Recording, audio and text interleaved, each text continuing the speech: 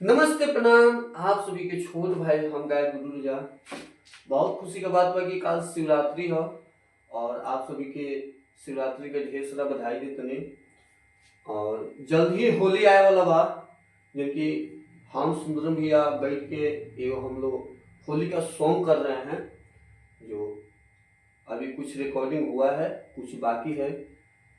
तो आइए आप सभी को सुना रहे हैं वो गाना, और अच्छा लगेगा गाने को लाइक जरूर कीजिएगा और चैनल को सब्सक्राइब जरूर कीजिएगा। आइए।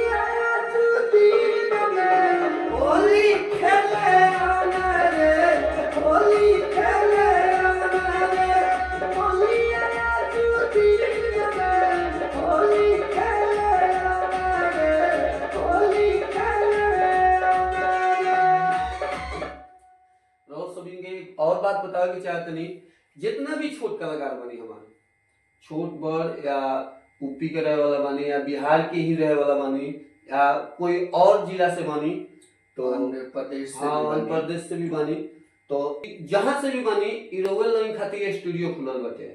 और ये स्टूडियो बन रहा हुआ अभी पूरा बन के चालू नहीं है भाई, जबकि लगभग 90% काम हो चुका है। 90% काम हो चुकल बटे और 10% ही बाकी बटे, जो कि कुछ दिन में ही पूरा हो जाए, जल्दी पूरा।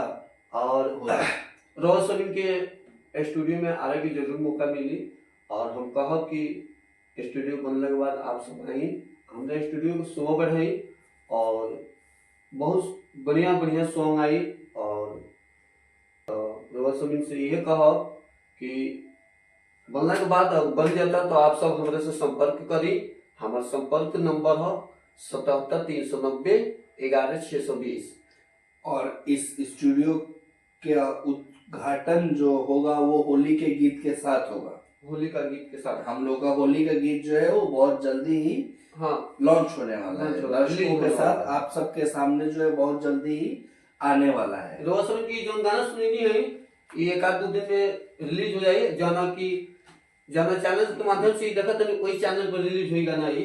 और आशा में पूर्ण विश्वास बाटे कि आप सब बढ़िया जगह और भी सॉन्ग के हमारे दुलार प्यार दे में वैसे ही यू सॉन्ग के दुलार प्यार और आशीर्वाद बनाई।